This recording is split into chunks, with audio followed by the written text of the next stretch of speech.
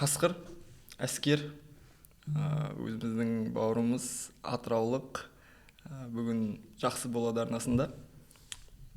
Арқайың, әңгіме дүкен, жалпы не жаңалық?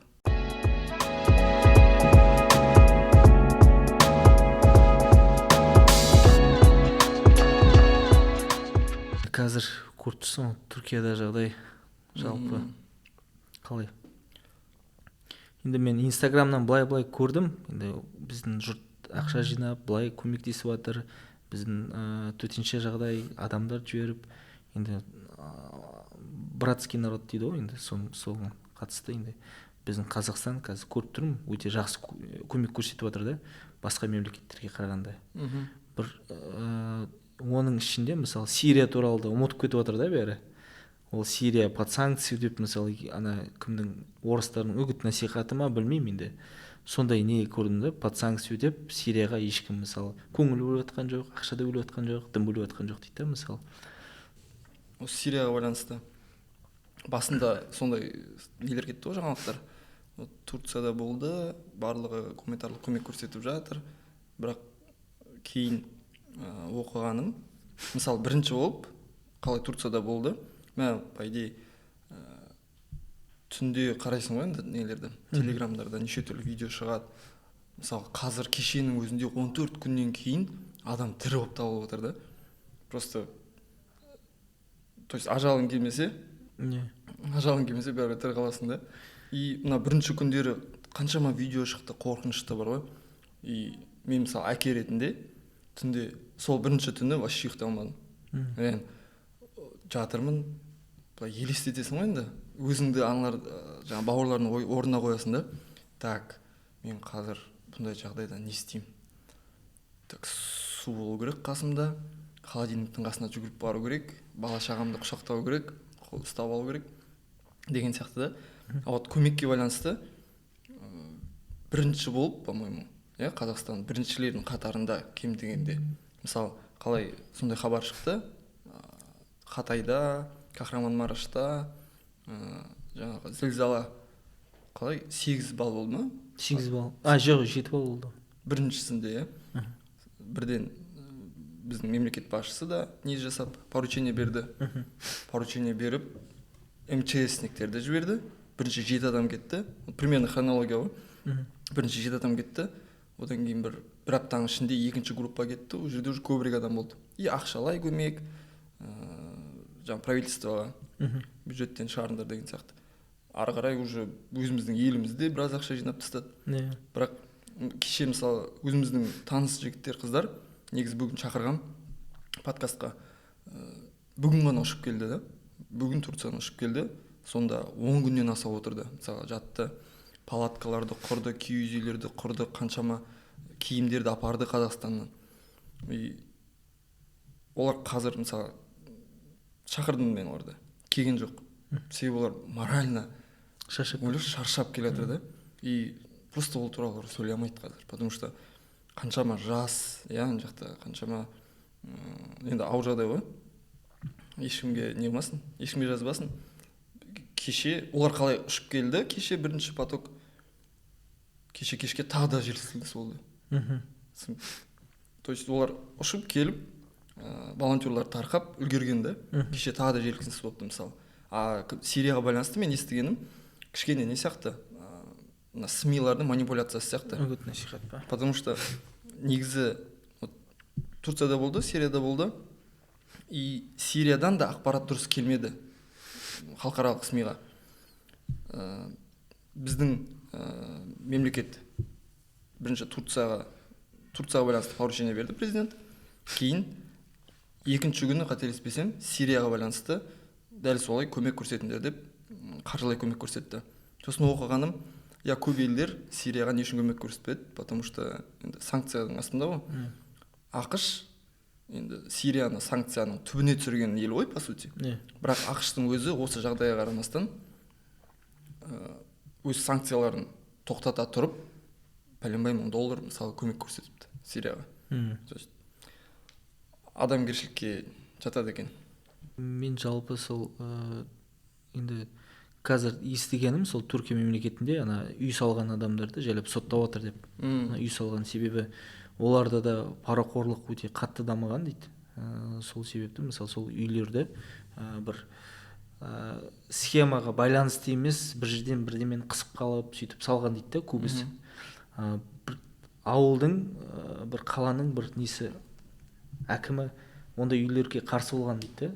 Соның ауылында бірде бір үй сынбаған дейді. Соны бәрі салып кетті ғой сторизға бөлісіп. Соны кеше, по-моему, фактчектегі қыздар жігіттер сол ақпаратты тексерді. Мен оларды үзбей қарап отырам, оқып отырам. Себебі енді қазір әлеуметтік желіде көп қой. Фейк ньюстар бар, неше түрлі манипуляциялар бар. И именно осы жаңалықты күттім, шықты. Олар айтады, негізі шындық дейді, бірақ СМИдегі тарап жатқан ақпарат ол манипуляция дейді. Себебі біріншіден ол район қатты жаңағы зілзала болатын район емес, басқа неде орналасқан. Екіншіден ол жердің жаңағы табиғаты бар. Екіншіден мына жерге жаңағы землетрясение болған точка бар ғой енді. Ол мына жерге жақынырақ болды, бұл кісілерге алысырақ болды деген сияқты. Енді факторлар көп, дегенмен шындық жағы, ол кісі жаңағы коррупцияға, өтірік үй салуға қарсы болған екенін естідім. Қазір нені ашпасаң да, әлеуметтік желіде Фейсбукта аш, Инстаграмда аш, Телеграмда аш, Ютубта аш, бүкіл жерде кандидаттар, бәрі кандидат. Жаңағы кім Ринат жазды ғой, Балгыбаев. Біздің подъезде мен, сосын ауланы тазалайтын адам ғана кандидат емес, біз қалған бәрі кандидат дейді. Айтып тұрмын, менде де таныс дос балалар бәрі кандидат болып кеткен де, мен стористі қараймын, мәссаған енді. Скоро мен дос болам, депутат болады деп. Жоқ, мен не емес, оларға енді күліп жатқан емес, білмеймін енді. Сондай науқан ғой қазір. Науқан, түсінем. Сол үшін ойладым, бүгін подкаст түсірсек, осы тақырыптан әрі жүрейікші деп ойладым да. Себебі қазір қай жерге қарамасаң сол, сосын кандидаттар шақырмаймын деп өзіме шештім. Себебі олар қазір бүкіл площадкалар жаулап алған сияқты. Бүкіл жерде үгіт насихат жүргізеді. Енді ол заңдылық қой. Негізі мемлекет үшін өте маңызды период деп ойлаймын. Осы сайлау науқанының кезеңі. Любой сайлау, президентский сайлау, парламентский сайлау. Себебі біріншіден халықтың несін құқықтық сауаттылығын көтереді, түсініп бастайды да. Мысалы, бағана әңгіме етіп отырмыз ғой. Так, партийный список деген болады екен. Сосын анда-мандатный болады екен. Сосын самовыдвиженецтер қосылды. То есть, бірақ мыналар негізі болған жоқ. Осы алдыңғы жылы неден кейін ғой, по-моему, референдумнан кейін кімнің мемлекет басшысы не жасайды, поручение береді. И біріншіден процентаждар азаяды. То есть парламентке өту үшін 5% жинау жеткілікті. Сол үшін мен ойымша осы сайлаудан кейін баяғыдай парламент екі партиялық болды. Қазір мен ойымша бір кем дегенде 4 партия кіретін сияқты. Сонда қызық басталатын сияқты. Мына сайлау Америкада мысалы қарасаң, кәдімгі сайлау алдында бір шоу болып кетеді ғой. Шоу, бір кімдер выступать етіп отырады, кімдер әншілер осылай, анау бір-бірін жамандап отырады, сондай бар ғой. Атака. Атака. Бір-біріне подстава жасау. Біздікілер, енді біз қазақпыз ғой. Бізге ол бауыр ғой, тиіспе ол. Ұят болады, көрші ғой. Тем более рулас деген тема бар. Бір ауылданбыз деген тема бар. Сондықтан осы сайлаудың темасын айтпаймыз деп алып айтып кеттік. Енді повесткада тұрған не ғой, инфоповодтардың бәрі соған байланысты, сондықтан аттап өту мүмкін болмады. Жалпы екібастұз туралы. Енді екібастұзда енді бұл деген мен ойымша диверсия деп ойлаймын да, шыны керек. Енді диверсияға сай нәрсе ғой бұл деген. Қысты күні ТЭЦ-тің жұмыс жасамай қалу. Ұзақ дайындалған диверсия ма? Ұзақ қандай бір пофигизм не істеген диверсия ғой. бәрі жарайды деп жүре беріп әйтеуір осындай жағдай қалып кетті. Негізі ол күлетін нәрсе емес, шыны керек. Ол мысалы Екібастұз халқы әлі күнге дейін үйлерінде тоңып жүрді. Мысалы біздер Түркияге, басқа мемлекетке көмектесіп отырық, бірақ Екібастұзда әлі сол ТЭЦ-тің мәселесін шеше алмай отырық. Ол деген әлі сол күйде жүрді. Енді күлкінішті нәрсе ғой негізі. Басқа мемлекеттер енді қалай бұл жерде көмір өндіріледі, көмір енді не ғой, жылу беретін. Бірақ сол жерде мысалы өздерінде жылу жоқ үйлерінде.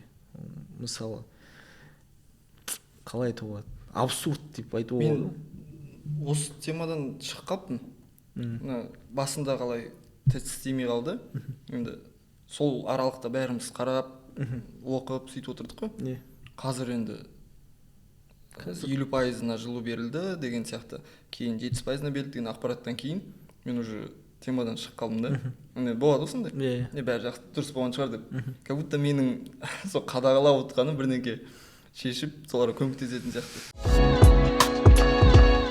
Сториздарынан көрдім ғой. Білмеймін, реклама ма или былай дос ретінде көмектестің ба? Жаңа КМБ-ға адам жинай алмай жатсыңдар ма? КМБ-ға баратын адам жоқ па? Жоқ, қазір енді мен баяғы коллега, достарым көбісі енді не ғой, КМБ-да жұмыс жасайтын балалар ғой. Солармен анда-санда кездесем, бірге балық жейміз, бірге барып Атыраудың балығын ба? Атыраудың балығын. Анда-санда келеді, пиво ішеміз деген сияқты ғой. Енді мен қазір ішіп жүрген жоқпын. Сол енді айтады да, бізде кандидат қазір үміткерлер жетіспейді дейді. Мысалы, Атыраудан дейді 11 бала барды дейді да. Неге? Академияға түсуге. Оның 9 түскен, 9 түскен, жоқ, 8 түскен. Үшеу, қателеспесем, үшеуі өте алмай қалған ғой, енді жүгірістен неден кішкене слабый болған. Соның 8-ін сендерді КМБ қалдық, неге 1 жылдық курсқа, а сендер үшеуің дейді. Сразу прямое зачисление дейді. Үшеуін сразу КМБ-ға жіберген департаментке. Қазір жұмыс жасап отыр дейді. Амал жоқтан ба? Сондай енді. По-любому келіп тұрсыңдар ғой, өте алмадыңдар ма? Жарайды, прямое зачислениемен жұмыс жасай беріңдер, короче. Білмеймін, қызығушылық жоқ па? Мысалы, мен мектепте оқыған кезде болады ғой енді, армандайсың. Мен мектеп бітіргеннен кейін біріншіден ент-ін жақсы тапсырамын, сосын университетке түсем. Мүмкіндік болса ВРС мысалы, сонда қатысы бар шамалы академияға бір жерге, сосын КМБ-ға түсем да. Өмір бойы мен не істейтінін ешкім білмейтін болады деп. То есть қазіргі балаларда білмеймін, мүмкін ондай не жоқ па, талпыныс жоқ па, или білмеймін, ол патриотизмге байланысты ма? Жоқ, талпыныс бәрі бар. Бұл деген былай айтқанда не сияқты ғой? Осы жыл акция сияқты ғой. Алдыңғы жыл видиш, бірнеше облыстарға бөліп тастады ғой. Енді олар КМБ-ның несі бойынша, алдын қойған жоспары бойынша, олар осындай кандидат жинап толтырады. Бірақ осы жылы енді 1 жыл өтті ғой, мына кандидаттар толтырды жоспар бойынша. Енді мына жоспар бойынша осы жылдың вакансия көбейіп кетті да. Сол вакансияларын толтыру керек оларға. Мақсат сондай. Каскадные скидки. Қазір енді айтып отыр да, акция, у нас акция. Енді 50 балл жинасаң жетеді, КМБ-ға алып кетеміз сені, точно деп. Енді бірақ оның ішіне де қарайды ғой, мысалы 100 кандидат келсе, оның ішіне енді кім көп балл алды. Сондай сияқты. КМБ-ны енді қазір менің ойымша модернизация өткізген сияқты. Белгілі бір жағдайлардан кейін, модернизация туралы енді білмеймін, енді шыны керек. Енді бірақ бүкіл басшылығын ауыстырып тастады, сандарын азайтты, именно руководящий составтың. Ол да бір әсер ететін шығар. Бюрократия енді әлі күнге дейін бар. Мен ол туралы естіп жатырмын. Ол ешқашан КМБ-дан кетпейді. Ол бюрократия мысалы бүкіл жедел қызметкерлердің қолдарын байлайды. Көп қағаз, мынан жазу, анан жазу. Бір жағынан жақсы ол. Бір жағынан бірақ көп уақытыңды сол қағазға жібересің де, қағаз жазуға. Бәрі ойлайды ғой, КМБ анда жүреді, мында жүреді, қайдағы, анда мында жүрмейсіз, сен кабинетте отырасың, таңертең кешке қағаз жазып. Сол жұмыстың көбісі енді кім қағаз жазып біледі, сондай адамды хорошо ценят. айтпақшы енді кмны айтып отырмық қой, бітіріп тастайықшы. Алдын бүкіл жерге шығып кетті ғой, якобы. Білмеймін, мен жеке өзімнің ойым мүмкін емес сияқты ол ше. Қаңтар оқиғасы кезінде президенттің охранасы Кәрім Мәсімовтің қасындағы КМБ-ның сотрудниктері бір-біріне қарсы пышақтасқаны туралы хабарлады. Осыған не дейсің? Менің ойымша боевик. Утка сияқты меніңше. Ондай кинода ондай түсірмейді. Ондай енді білмеймін, енді қандай сценарист оны ойлап тапқан. Че за неге той болып тапқан осы. Мен қателеспесем бірінші болып бұл туралы Орданың жаңағы енді Ордадан Башкенова айтты. Кәдімгідей әдемілеп тұрып түсіндіріп берді. Бір не бар ғой, прикол бар ғой. Анекдотты айта алатын және айта алмайтын адамдар бар ғой. И ол айта алатын адам ұқсап жаңағы историяны айтып берді да. Одан кейін бүкіл телеграмдарда, әлеуметтік жерлерде мемдар кетті. Жаңағы Джон Уиктің кадрлары, қалай төбелесіп жатқандары, кім жеңгені. Енді осы утка менің ойымша, білмеймін олардың мақсаттары қандай болғанын, бірақ менің ойымша бұл утка кері әсерін келтіреді да имиджға. Президенттің имиджіне кері әсер келтіреді. Себебі ол күлкілі ғой. То есть дипломат кісі, дипломат адам. Екеуісін қытайша сөйлейді дейді ма? Мен түсінемін, полиглот шығар, бірақ ол не үшін қосылған бір вишенка на торте дейді ғой. Прям мына историяны әдемі не қылып тұрды, аяқтап тұрды. Менің ойымша сенуге болмайтын, және енді тексере алмайды ғой ешкім. Сөйтіп тексере алмағандықтан ауыз бар деп бәрі айта береді. Былай болған, мен естіген, былай болған деп. Легендировать не умеет, КМБ-да жұмыс жасау керек қой. Видишь, учат, как надо правильно легендировать, анау. Соның бәрін дұрыстап, енді өтірік айтқаннан кейін дұрыстап өтірік айту керек қой. Мы опера, говорит, не врут, опера легендируют деген сияқты ғой. Жалпы менде бір не бар, тоже ақпарат бар, енді балдар анау мынаны естіген. Өтірік па шын ба білмеймін. Алматыдағы көтеріліс ол алдын ала дайындалған нәрсе деп айтады. Оны қалай білді? Оны мысалы бұл диверсия жасайтын адамдар, жалпы жігіттер, өздері Counter-Strike андай бір игровой сеть не істейді, соның ішіне ойнайды и жоспарлайды бір-бірімен. Сен екеуің, короче, Алматыда көшені айтып бар ғой. Сендер екеуің былай барасыңдар, сендер екеуің былай барасыңдар деп жалпы. Алматыда уже планировалось, уже он туралы естиді, ол туралы жалпы ақпарат келді негізі. Бірақ енді біреу сенбей қалды, үлгере алмай қалды деген сияқты ғой. Кім екенін біле алмай қалды алдын ала. Сосын ол кісілер мысалы көтеріліс басталғанда сол халықтың арасына кіріп, халық ретінде халықтың атынан деген сияқты жалпы осылай бағыттап отқан. Мысалы екеуі айтты ма басында, екеуің осындай неге барасыңдар деп талпаны сөйтіп алып кеткен біреулер. Мына талпан былай алып кеткен деген сияқты. То есть ол уже жоспарланған бір не болып табылған ғой. Көтеріліс па, не екенін түсінбедім мен. Меніңше де сол күндері бәріміз телевизордың алдында отырдық қой. Жалғыз ақпарат көзі телевизор болды ғой. Өзім андай 2000 жылдардағыдай ма, жаңа интернет ішінеге жоқ кезде сөйтіп отыратын едік қой. Солай есіме келіп кетті да. Таңертең, по-моему, таңертең 9-да ма, 10-да ма президент шығады, айтады. Бұлай болып жатыр, бұлай болды, бұл арнайы дайындалған. Енді жаңағы сен айтқаның инсайт қой. Бірақ мен ол инсайтты естімесем де, видеолар, адамдардың жүргені, әрекет жасағаны, КамАЗды алып, заборды ашқаны, білмеймін, логично сияқты, то что бұл дайындалған екен. Ол жағынан. 20 000 террорист деген ол просто адамдар аналитика жазады ғой. Сол 1-0 қосылып кеткен сияқты. Или 2-0 ма что-то қосылып кеткен сияқты. Жоқ, мен оны қол дірілдеп бас жүрді ғой деймін. Неғаным, естігенім осыған байланысты. Кімнің Млечиннің кітабы шықты ғой. Январские события, президент Тоқаев и жаңағы бір несі бар. Извлечение уроков па, сондай бір атауы бар. сол кітапта айтады, жаңа 20 емес 200 мың емес па? 20 мың. Сол санға байланысты айтады да, ол санды жаңа экс-председатель айтқан дейді да, қорқытып. Себебі кітапта кәдімгі жазып тұр да. Білмеймін, ол шын ба өтірік па, енді жазылды ғой. Не, шын ол. Шын ба? Енді сіз көбірек білесіз ғой. Не дейді?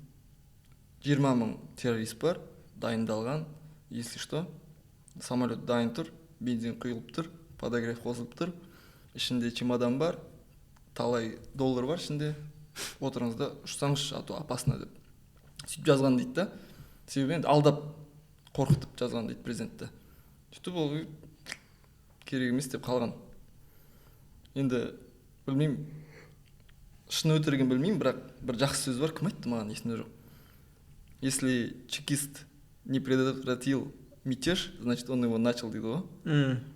Соны естіген кезде дедім сол кезде. Қасқыр, Алиаскер, сенің шын атын Алиаскер ғой? Алиаскер. Дефиспен ба? Дефиспен, е. Қасым Жомарт. Діни атымды Алиаскар деймін. Көне атым. То жақсы бастап жатыр едім. Қасқыр, Алиаскер, шын аты, дефис арқылы шатастырмаңыздар. Қасқыр деген қаяқтан шықты? Қасқыр деген енді мен ол туралы көп легендалар бар да, просто. Бір легенда ол мен төбелесіп біреудің құлағын жұлып алдым деген легенда бар. Шын болу? Ол шын болуы мүмкін енді. Бірақ сен біреудің құлағын тістеп алған болсаң, онда қасқыр емес, Тайсон болу керексің. Жалпы қасқыр деп мені неде қойған? Путс бар. Путь молодого бойца. Біздер академияға дейін бізді 40 күнге неге жібереді. Типа армия сияқты жібереді. Не істейсің? Жүгіресің, таңертең кешке дейін төбелесесің, в общем, сондай. Бычок жинайсың. Бычок жинайсың. Короче, бүкіл андай ойға сыймайтын нәрсенің бәрін жасайсың сондай, короче. И сонда бізде сержанттар болған, погранслужбадан. Солар бізде сержант болды. Сол маған қарап тұрды. Мен айтады, мен психологпын дейді, мен адамға қарап, оның несін, мінезіне байланысты жануар табамын дейді. Қарап тұрып, сен қасқырсың дейді. Айтамын, неге қасқырсың? Неге қасқырмын десем, қасқырға ұқсайсың дейді. Содан кейін қасқыр деп қасқыр болып кеттім вообще. Анау психолог масқара сыйлы ғой дейм, масқара сыйлы ғой дейм. Бәрі сөйтіп айтып кеткен қарағанда. Көп аббревиатура қолданасың да. И біз сияқты слушать етпеген, комитетте жұмыс істемеген адамдарға қиын да. Қасқыр неге үйтіп жасайды? Себебі қасқырдың аудиториясының барлығы жаңағы бәрі бар ішінде. Антикор, КМБ. Себебі өзі кезінде сол жақта істеген. И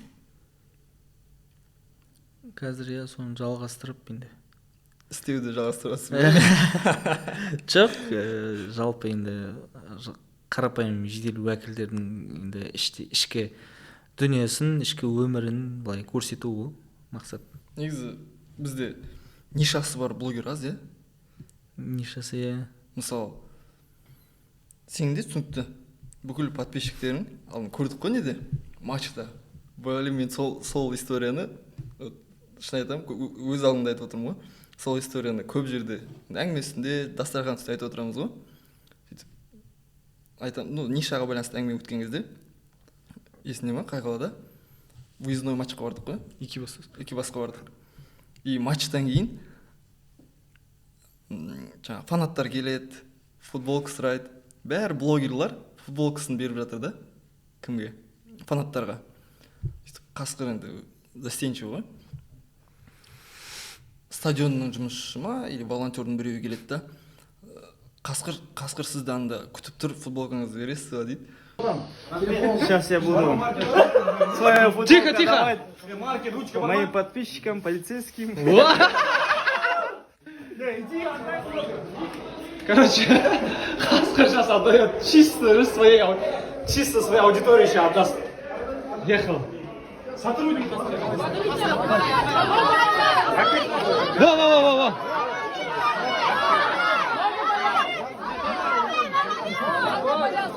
Сейчас.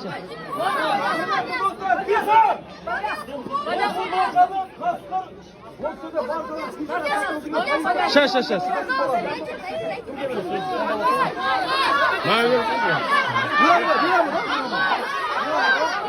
Город опускается туман, шалят ветра по подворотням и дворам. А нам все это не впервой, а нам доверено судьбой оберегать на здешних улицах покой. Сол кезде түсіндім, вот ниша деген неке мен сол кезде түсіндім. Бүкіл құқық қорғау қызметкерлері, иә, оның ішіне бәрі де кіреді. Сенің аудиторияң. Мысалы, нақты нишасы бар мен блогерлерді аз біледі екен. Мысалы, рестораторлардың несі бар? Мирас. Шордич деген Астанада рестораны бар. Лепим варим. Пельменная. Астанада, Алматыда. Вот оның аудиториясы көбінесе кәсіп бастайтын, бизнеспен айналысқысы келетін сондай қыздар жігіттер да. Одан бөлек ойыма ешкімде келмейді екен. Себебі, мысалы, менің 2 миллион оқырманым болғаннан гөрі непонятный. Школьниктер бар ішінде, біреудің әжесі бар, немересі бар деген сияқты. Лицосы жоқ та аудиторияның. Сәйкесінше рекламодатель білмейді, менімен жұмыс істеуге бола ма, болмай ма. Себебі менен қандай выхлоп болатынын білмейді. Пайдам бар ма менен жалпы блогер ретінде. Мысалға сенде немесе Мираста түсінікті да? Рекламаға байланысты енді әртүрлі. Көбісін енді реклама алсам, өзім под свой лад жасаймын да көбінесе. Например, бір киім, бір реклама жарнама сұраса, мен біріншіден оларға айтатыным, істейтінім тек бір рилс бірдеме түсірсем, құқық қорғау қызметкерлері ретінде сондай бір роликтер түсіру керек деп. Себебі сондай роликтер жалпы мен көрермендеріме өте қатты өтетті. Ол өткенмен енді просмотр несі көп болады ғой. Көп болғанда басқа да адамдар соны қарай бастайды. Оған мысалы жарнамасына өте жақсы әсерін етеді. Таза менің контентім бойынша мысалы сұраса, енді оған мысалы қиналмай мен бір не түсіре аламын да. Қалай айтсам, оны бір қызметкер ретінде көрсетпей, бір жалпы темада реклама түсіре аламын да. Себебі ол оның несі, продуктысы по-любому алады да адамдар. Ал кішкене общий темада болса, енді стараюсь под свой лад делать. Интерацияға келді. Реклама негізі, мен ойымша, творчествоның туылған жері сияқты. Себебі шынымен ғой, сен сата білсең, сәйкесінше шығармашылық қабілетің де жоғары да. Оны мен Тимур Бекмамбетов бар ғой, өзіміздің ағамыз, Ресейде қанша фильмдер түсіріп тастады. Негізі ол адай. Шеркеш қой. Қойшы? Шеркеш, мен адай деп естідім. Жоқ, шеркеш. Еще балықшы адай деп естідім, адайдың ішінде. Жоқ, шеркеш ол. Сен шеркешсің ба? Сол үшін сөйтіп айтып отырсың ғой? Сол үшін емес, серьезно айтамын. Мен адаймын ғой. Тимур, кәдімгі Тимур ағамыз. Ол шеркеш деймін, серьезно. Өзінен сұрай қонды. Жоқ, реально мен. Жоқ, оның мен кәдімгі несін танимын, племяннигін Атырауда. Атырауда племянник, Атыраудікі ғой өзі. Ол шеркеш, таза шеркеш. Шеркештің қайсы екенін мен ұмытып қалдым. Бірақ Бекмамбетов шеркеш екен, вот стопудово. Вообще тиіспей ма ешкім? Вообще ешкім тиіспей ма саған? Тиіспейді, енді неше түрлі ойлар болады ғой аудиторияда. Біреу сен бізді күлкі қылып жатсың деп саған ше форма кигендер. Или себебі сен көп нелерге, департаменттерге байланысты енді бүкілінің тематикасы былай ұқсас қой. Соған ренжіп, бізді сен күлкі айналдырып жатсың, или там біреудің неше түрлі бастықтары болады ғой. Шығыңдаршы ана балаға, хабарласыңдаршы деп ешкім айтпадың ба? Че? Ешкім ештеңе. Бір ретте. Бір ретте. Қалайсың? Мен енді ешкім жамандап отқан жоқпын ғой. Ешкім жамандап, мысалы, шығатын еді маған, былай айтсам да. Барып, мысалы, мына кімдер, мысалы, мындай службаның оперлері, жедел уәкілдері осылай ақша жасайды деп мен, мысалы, видео түсірсем, базар жоқ, маған шығады адамдар. Сен не түсіріп жатсың, біздер ондай емеспіз ғой деп. Бірақ мен ондай видеодан кішкене аулақтаумын. себебі енді не істеймін мен ол туралы түсіріп адамдар бәрі түсіріп жатыр ғой, жамандап жатыр, оны қайта жамандай беріп олардан. Енді менің ойымша мысалы бір бірімізді батыр десек шынымен батыр боламыз, бір бірімізді қатын десек қатын боламыз дейді ғой. Жарымды жарым десең жарым болып кетеді ғой. Сол себепті ол мысалы бұндай бейнелер бұларға да бір профилактика ғой. Енді жалпы бұндай бастық болма, осындай деген сияқты. Жалпы коррупция туралы мен түсірем нелер, парақорлық туралы анда-санда түсірем бір бейнелер социальный.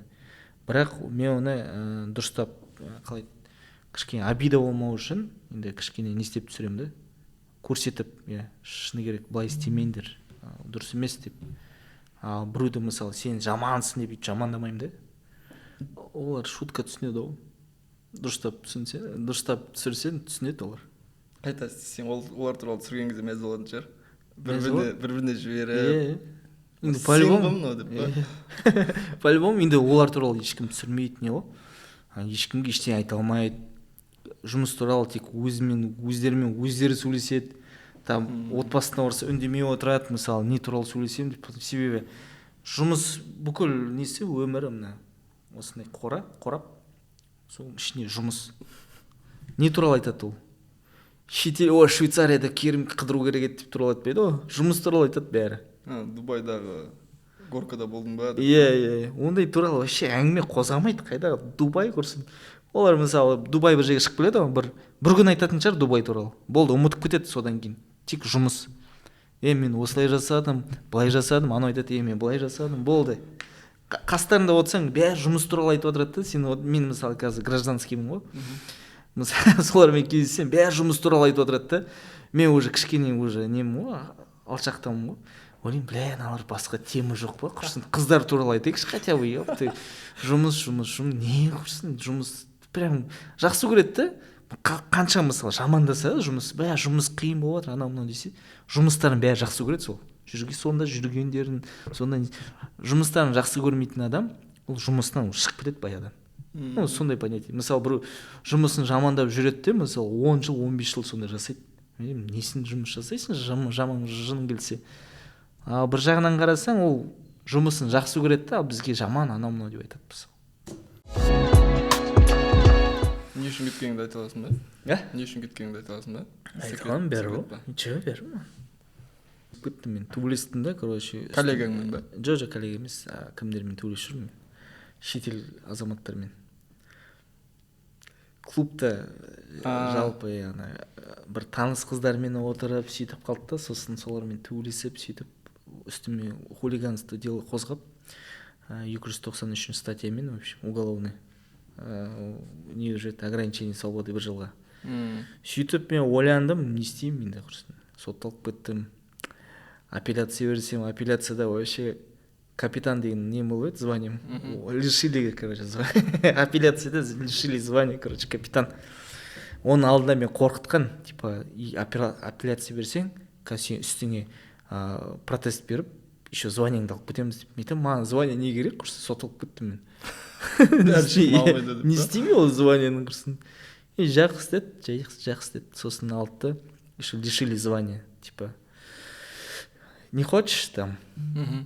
Тогда на тебе деп, добавок деп, короче. Сосын ойлаймын, Атырауда жүрмін енді, анкетаны бәріне беріп қойдым, қайда жұмыс қылады деп. Анау мына типа жұмыс тауып берші деп. Онымен жұмыс жоқ. Үйдегілер емес енді. Туысқандарым бар, не бар, кішкене ұят болды да маған. Ұят болғанда енді мен кішкене жамандай бастады бәрі. Вот аскер 5 жыл оқыды, там академияда осылай сотталып кетті, короче, он судимый, он, короче, уголовник деп сөйтіп әңгіме айта бастады да бәрі. Біздер әңгіме айтқан жақсы көреді адамдар ше. Сол уже мен туысқандарым сондай әңгіме айтып жатса, ойладым мен жақсы, мен құрсын мен Атыраудан кетейін, Атырауда адам болмаймын точно. Или асылып өлем, или тағы да бірдеңе болады, алқаш болып кетемін деп. Сөйттім да, короче. Астанада дос балам бар еді. Соған звондадым, что-там, осылай, короче, мен не? Сокурсникім ғой, жақсы дос балам. Әлі күнге дейін осылай общады, сөйлесеміз, не істейміз. Ой, Астанаға келші, біздің үйге кел, біздің үйде боласың. Өзің, мысалы, жарты жылда ештеме істеме, демал, короче. дым істемей ақ қой, там жұмыс мынан бірдеме табармыз деп. Сосын Астанаға келдім. Астанада мында жұмыс іздеп жүрмін. Енді маған охранадан басқа дым жұмыс жоқ, в общем. 5 жыл осы соншама оқып, енді охрана болып жүрген, енді ұят шығар деп ойлап жүрдім да, бірдеме істейін құрсын адам сияқты. Бір енді еркекпіз ғой, енді отбасын асырау керек, охрана болып жүру деген ұят енді құрсын. Мен ондай қалай өзімді ондай дәрежеде көрмеймін да, мысалы. Сөйтіп көрмей, не істемей, жайлап не істейін деп ойланып, жалпы Әблязов туралы давай скетч түсірейік, вайн түсірейік деп сөйтіп шештім да. Давай. Әблязовты приколға тығып, сосын шаршап кеттім, в общем. Алдым да, сосын ойлағам WhatsApp-қа енді кішкене андай приколдар түсірейін, не туралы. Әблязов өтті ма? Былай өтіп тұрды негізі. Өтіп тұрды, бірақ көп түсірген жоқпын. Сосын жалпы темада вайн түсірем деп ойладым ғой, в общем. Анау туралы түсірем, мынау туралы түсірем, өтпейді ештеме особо. Сосын жақсы деп, короче, біздің бывший коллегалар туралы түсірейін деп неге WhatsApp-қа өзім видео жасап WhatsApp-қа, короче, таратып жүрдім былай. Ол кезде түсініп тұрсың ғой, так мен түсірсем тек WhatsApp-пен тарату үшін ғана түсіремін, себебі былай салған енді ұяттау енді. Ну, то есть жоқ, былай салсам просто мен ойлағам, өтпейді деп. Кім қарайды оны? Тема, да. Мен ойлағам, сен так былай салуға болмайды енді, себебі комитет туралы ғой деген сияқты. Жоқ, ондай емес. Мен ойым бойынша, мысалы, ойлағам ғой, тек қандай общий темадағы нелер, вайндар өтеді, сол сөйтіп не істеуге болады деп мен қайдан білемін, ондай типа ниша не екенін вообще ой жоқ қой. Мен осы этот комитеттен жаңа келген адаммын, неге гражданский өмірге. Онымен, короче, WhatsApp-қа тарата бастадым. 1-2 видео, 3 видеодай тараттым, сөйтіп. Былай бывший коллегалар шықты, былай шыққандай. Не түсіріп жүрсің, анау мынау, типа түсірмей қой деген сияқты әңгіме етті да. Бірақ қандай угрожать еткен жоқ енді. Там түсірсең, короче, айырамыз деп, онда ешкім ештеңе айтқан жоқ. Мен түсінбеді, в общем, мені. Мен түсінбей жүрді да. Көбісі мен түсінбей, сосын мен түсіріп уже жайлап неге құя бастадым Инстаграмға. Жайлап подписчиктер жинала бастады бүкіл СНГ-дан. ТМД мемлекеттерде, мысалы, құқық қорғау органдарының системалары бәрі бірдей. Себебі бәрі бір неден кеңес одағынан тараған мемлекеттер ғой. Әзербайжан болсын, не болсын, барлық жерде, мысалы, өздерінің спецслужба, арнайы қызметке болсын, полиция болсын, бәрінікі бірдей. Мен байқадым сториздардан сұрақ қояды ғой енді. Аскер, брат, передай привет РВД Краснодарской области деп мысалы жазады ғой. Сөйлеп қоямын, мыналар базар жоқ, аудиториясы тарап кеткен екен деп. Сол, мысалы, ФСБ, ГКНБ, соның қызметкерлер қарай бастады да. Сосын біздің енді сотрудниктер, коллегалар неге барады, оқуға, немесе там обмен опытами, немесе бірлесіп бір жұмыс жасауға, бір кездесуге барады Ресейге, неге. Сонда ФСБ-ның нелер жігіттері сұрайды дейді. У вас есть такой хороший вайнер, короче, Қасқыр деген, вот этот вот, посмотрите, вайны деп айтады дейді. И адамдар көріп там, типа сені ФСБ-да қарап жүрма деп. Сосын бір балалар ГКМБ-ға барады да, ГКМБ-да сондай тема айтады, мысалы.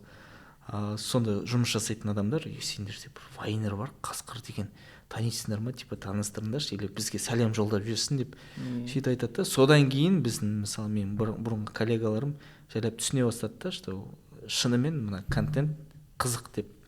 Оның алдында көбісі менсінбей сөйтіп жүрді ғой, мысалы.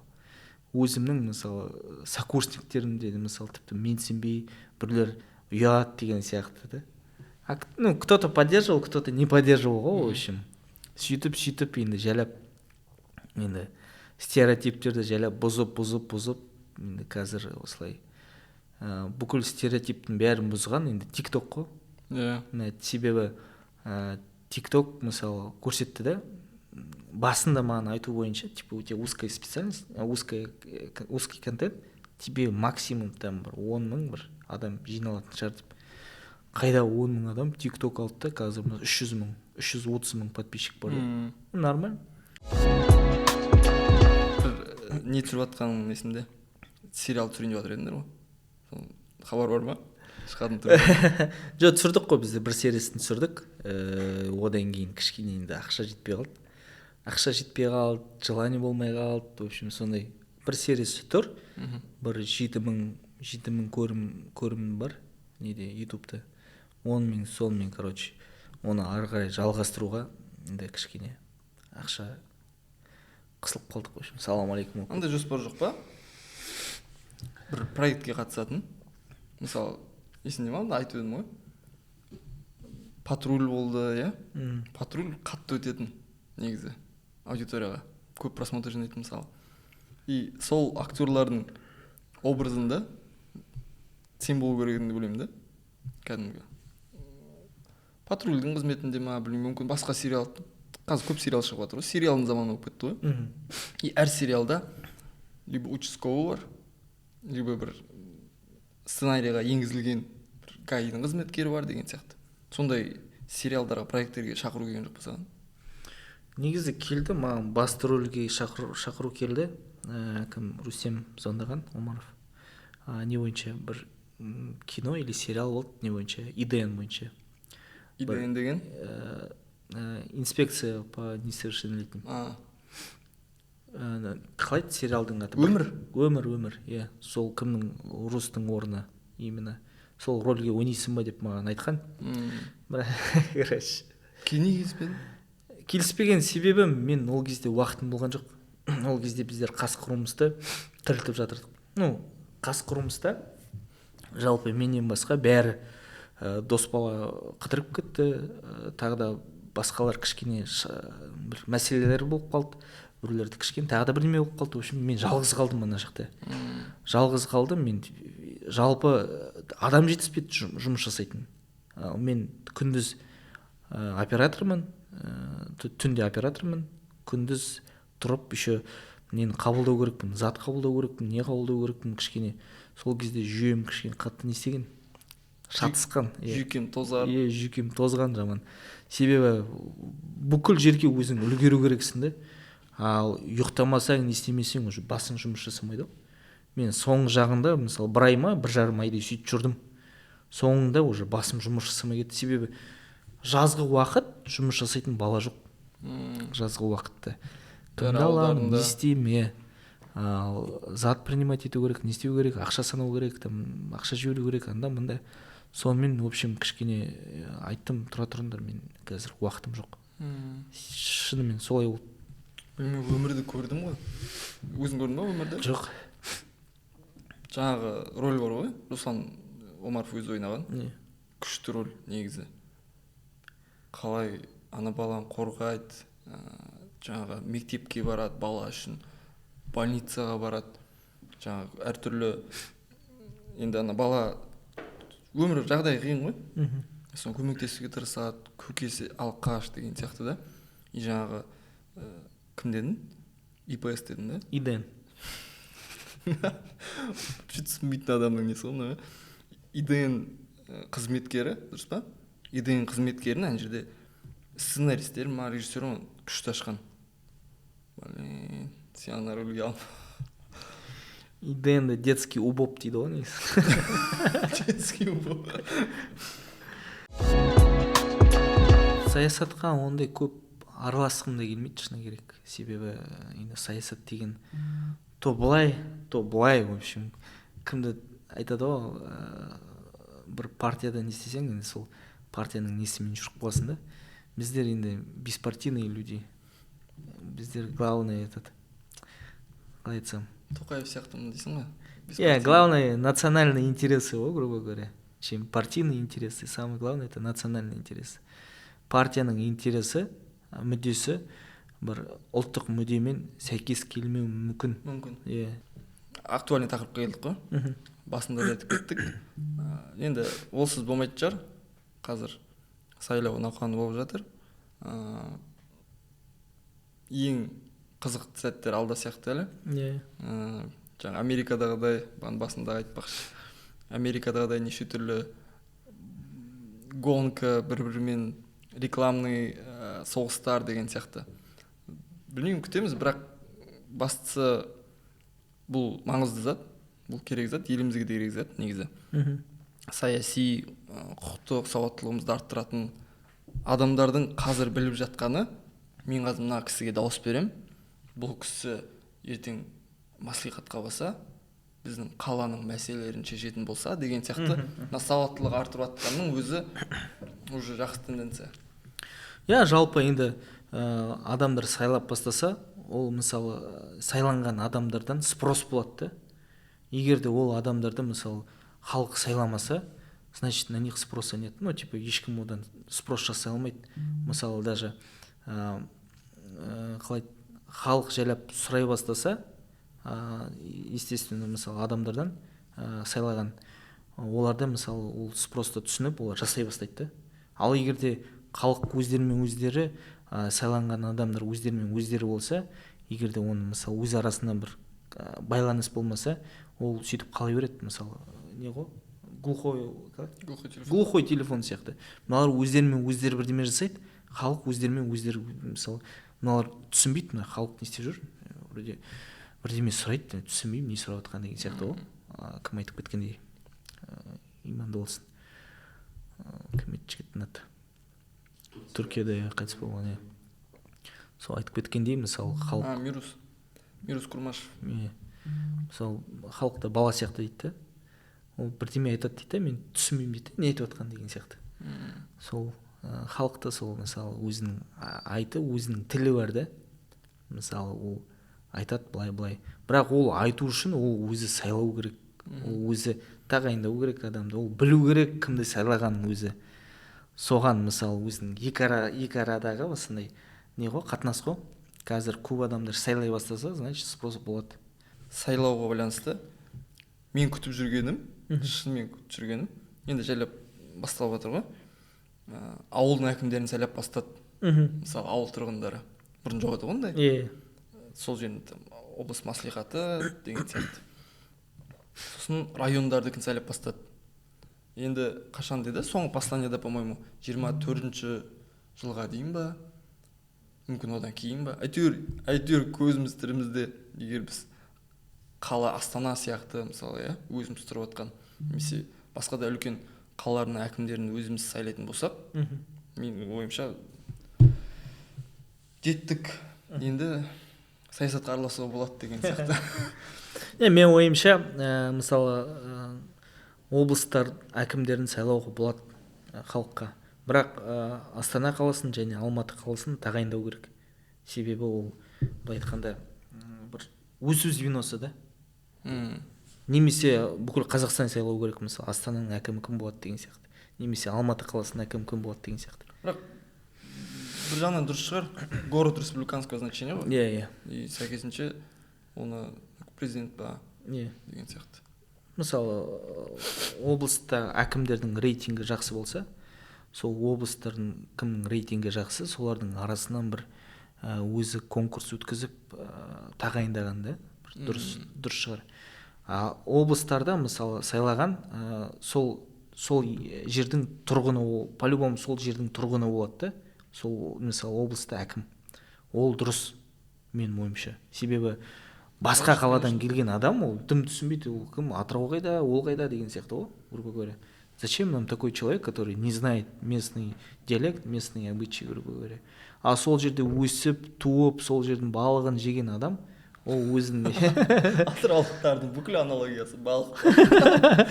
Ол түсінеді да не істеу керек екен. Мына жерде бізге ағаш жетіп жатыр екен, не істейік, Орельсктен ағаш тасейік те, мында егейік деген сияқты ғой. Лесная поляна керек, бізге анау керек деген сияқты, сондай да. Іші андай жан ашарлығы болады да.